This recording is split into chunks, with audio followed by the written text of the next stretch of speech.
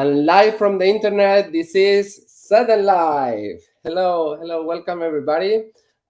Today, Phil and Leora, they're out, so I had the chance and the pleasure to be today here with Mark Dober. Hello, Mark. Thank you for joining us. A great Hello, good pleasure. afternoon. Hola. Mark Dober he's the managing partner at Dober Partner and also owner and author of Best in Brussels. So this platform that is kind of bringing all the best for policy policy makers and public affairs associations and leaderships and all that to follow and to know who actually they can partner with. So thank you, Mark, for joining us again.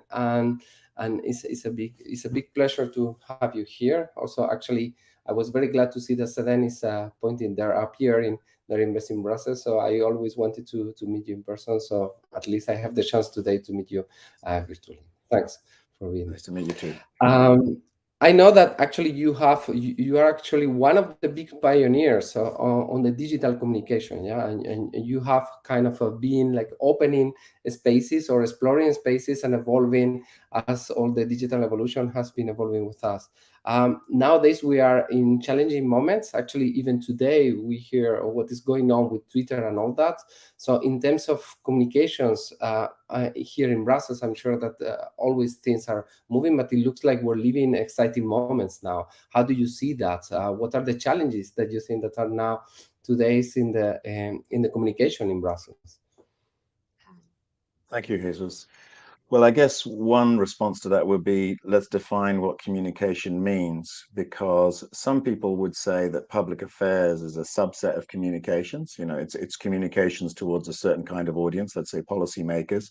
But I think in Brussels, we often see communication as a service or a function that sits alongside public affairs, or even, let's say, supporting public affairs, which is usually the way. So in London, for instance, which is a very PR communication-led city, PR is king, like in New York, but that's different in Brussels. It's different in Washington. I would say public affairs is king here. So when you ask me what are the challenges facing communication, I think there's something special here, which is I think communication, unfortunately, still needs to demonstrate its value. And I've seen that since I've become a headhunter rather than purely a consultant. Unfortunately, communication professionals don't tend to earn as much as public affairs people. And unfortunately, it doesn't tend to be valued as much within, let's say, a trade association or a function here in Brussels, which is a shame. And I question the wisdom of it, frankly, because I've seen compelling research, and we know this just using common sense, that if a member of the European Parliament is going to vote or choose to support an industry sector or a company, obviously their reputation is going to be a big factor in whether they support that company or not, right? So good communication seems to me to be fundamental. And I think there's some important lessons still to be learned in Brussels on that front. I'm reminded of during the global financial crisis, 2009, 2010, I had a friend who was leading the communication function in the European Banking Federation, and she wasn't even allowed in the big strategy meetings, you know, that were discussing what should the banks do in the financial crisis. You know, they were all worried about getting their meetings with MEPs and the commission, but they weren't thinking strategically enough about how to communicate what the banks were doing, what their part was in the crisis, etc. So I think that is, I'm afraid to say, if I reflect on it, I think that's probably still the key challenge for communications is demonstrate its value consistently. But I think, you know, it's a tough environment out there. I was listening on the radio the other day. Two new words entered the English language this year: warm bank and perma-crisis. So, a warm bank is somewhere where people congregate to get warm, and perma-crisis, because we're always in crisis, it seems, these days. So, I think if you're a communications professional, trying to get your message across, trying to get story and earn media must be very, very difficult. Indeed. And actually today we see like a massive movement also to new platforms and all that with what we were discussing before with the Twitter, with the story with Elon Musk. We see even, for example, discussions around Mastodon and how people are moving also. And suddenly we were seeing the CEO of Mastodon saying this morning that actually the amount of people in the in the platform has increased tremendously in the last few weeks. So how do you see that actually, this kind of flexibility of people, of how people are moving from one place to another, and where the dialogue is? Mm. Well, you were kind enough to say I was a pioneer in technology and public affairs and communications in Brussels. I suppose I was, alongside others, and including you, Robbie, yourself, and Philip Weiss, and others at ZN. And I know when we were selling digital services in the 90s, it was a hard sell. The Yeah. internet was not as pervasive as it is now. So although I might have been a pioneer, I wouldn't say I'm an expert today in 2022 like you are and your colleagues at ZN. I guess, I mean, Twitter is going through a lot of change right now, but I have seen the importance and power of Twitter, the ability to get right into a policymaker's, inbox effectively, and have a direct dialogue with someone very, very important and influential. That's very interesting. So I think that will remain. Well, let's see what Musk does with it. But I guess if it doesn't remain powerful, someone else will invent something better, or there will be other platforms, right? Because it obviously filled a need. I mean, from my humble, more recent experience, what I've learned is actually the power of LinkedIn, and I guess that's partly because I'm a headhunter, not just a consultant. Yeah. And we did a survey last year, actually, of the top consultants in Brussels who are involved with public affairs. And I remember them putting LinkedIn as like a number one tool for them, which kind of surprised me. But I guess it also shows that some of the other platforms, like Facebook and Snap and Instagram or whatever, are perhaps not. I mean, I think Instagram's moving up there, but perhaps not so powerful always as reaching policymakers. LinkedIn, as I've learned, is an amazing tool. I mean, it's got what, over 830 million members, 58 million companies on it. I've managed to build up 15,000 followers over the years, and I'm constantly amazed when I put something which is probably not that interesting in the scheme of things, seems to get a lot of eyeballs on it. I mean, I think what I've learned on LinkedIn is, you shouldn't use it like Facebook and put selfies on there. Some people do. I don't think that's the best potential of LinkedIn. But if you share interesting research, articles, viewpoints, graphs, as we do with Best in Brussels, then I think people find that useful, and they reshare it, and that can be very powerful. And some of my posts I've seen have got 80,000 views, mainly through reshares. People who like what I've posted and think that's interesting enough to reshare to other people.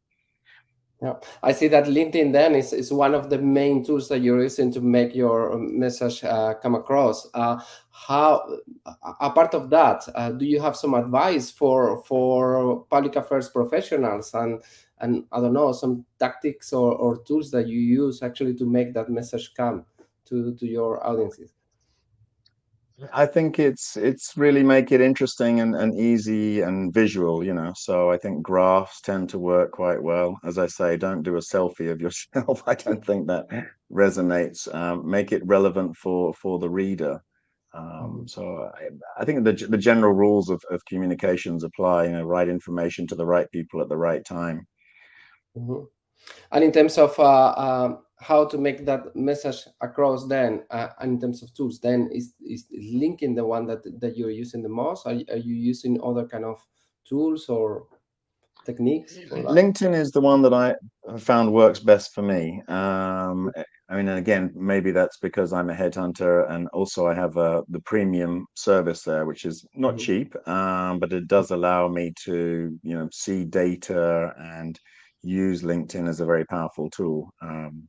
But Mhm. it's really, I mean, LinkedIn is, I think people forget, it's their CV to the world, and maybe we're going to talk about recruitment as well. But it's important that people's image is presented correctly, right? They don't have typos in their CVs online. Effectively, they have good photos, not bad photos. The dates match. I'm amazed how many people have left jobs years ago and they still on their LinkedIn profile. It still looks like they're still working there. So I think there's some homework to be done by people on reviewing their LinkedIn pages, which just need to be better. So at a simple level, I mean, that's the obvious one that people need to do. And then I think, engage with it, like all social media. The more you put in, the more you can get out. And today, what do you think are the trends in terms of recruitment? Are things shifting to somewhere? Do you see some tendency happening nowadays? Yeah, well, I think the pandemic obviously had a huge impact on recruitment. So it's all happening online. During the pandemic, we were surprisingly very busy recruiting people. I didn't know that it was going to be like that, but it talks to the demand for public affairs and communication professionals here in Brussels and around Europe, which is what we do. But we were interviewing people online, we were sending contracts out online, and people were signing digitally in PDF. And then they were not starting in offices because they were shut. So they were working online. And, I recruited some people who never managed to meet their boss during 1 year. So I think, now the lockdowns are over, we're coming back to the new normal. But a lot of those work practices are still in place. And I'm later this afternoon, I'm recruiting the head of an important organization, and the CEO of one of the member companies is going to be in the States. The HR guy is going to be in Switzerland. I'm going to be in Brussels, and it's going to be a key interview. And that's how things happen these days. I think it happened a little bit before then, but it's really happening a lot now. And typically, the face-to-face, actual physical meeting perhaps happens right at the end when everyone's decided that's the right person. Now let's just see them face to face and make sure they are who we think they are. So I think this whole digital aspect of recruitment is clearly key. I guess another trend would be talent in our space, public affairs and communications, is very high in demand. And for the foreseeable future, I expect it to be, because companies, organizations need to engage with policymakers, key stakeholders like the media, like never before. So whatever else is happening in the economy, and there are some worrying signs, obviously, with stock prices crashing, what's going on in the tech sector, fintech, etc. But I think public affairs and communication should be okay for a while yet. Yeah. Um, yeah, sorry. Uh, And oh, just Go one ahead. last trend that did worry me at some point. I was asked in a public affairs conference on tips to interview with bots, robots, which Oh, I found a oh, surprising question. And it was actually because certain companies are now using bots to interview people. So you a bot sends you a message, say, would you like to interview for this job? Sends you a link, and then you accept yes or no. The bot arranges a time to speak, and then you have like 10 questions. There's a face of a man or a woman. It's read through a script, and then using voice recognition software and AI. At the end of the interview, they'll say, yes, well done, you've been accepted. You're going to meet with a human as the next step, or I'm sorry, regret to inform you that your candidacy has been rejected. And that was about 5 years ago when I had that question. And that technology is quite pervasive in certain other sectors, but I'm happy to say that trend has not taken off in my experience in public affairs yet. But okay. who knows in the future? Wow, exciting. Yeah. But actually, on the second part, the second trend that you were talking about how there is a big demand on public affairs professionals and all that. I think that Best in Brussels is helping there a lot, actually, because it's a place where people can find a professional, know exactly where they need to partner with. Uh, Tell me, how do you explain the success of that space? I mean, you are the father of that, and we see how well is it working. Tell me, is there any secret, or how is it? Thank you. Well, it came out of an idea for spotting a gap in the market that clients were not always clear on who to approach to help them in Brussels. And so that was the genesis of the idea of Best in Brussels, was really to help clients come together with service providers and produce success together, produce the best in Brussels. I guess I would look at success in three ways. Are clients happy with what I've produced with the team? Apparently, yes, and I get lots of nice messages and phone calls on that front. So I think clients are using it actively as a resource. Organizations, we started with 60 in 2019. I think there are over 100 organizations showcased there now, and I'm This week, I had three calling me up asking to be part of Best in Brussels. So it's still a growing concern, happy to say. And lastly, one of the good things I wanted out of Best in Brussels was to raise money for charity, because I've been involved with UNICEF and others for quite some years. And I'm happy to say, thanks to all the supporters and who support Best in Brussels, including ZN, thank you. We donated 50,000 euros to UNICEF and to homeless people charity so far. So yes, I think it is successful, and happy where it is, but it's still not perfect, and there's a lot I would like to do with it, given more time and resources. Nice, looking forward. Very good. And now I think it's the time to go for the suggestion of the week. So let's go. All right. So, what is your recommendation, Mark, for the week?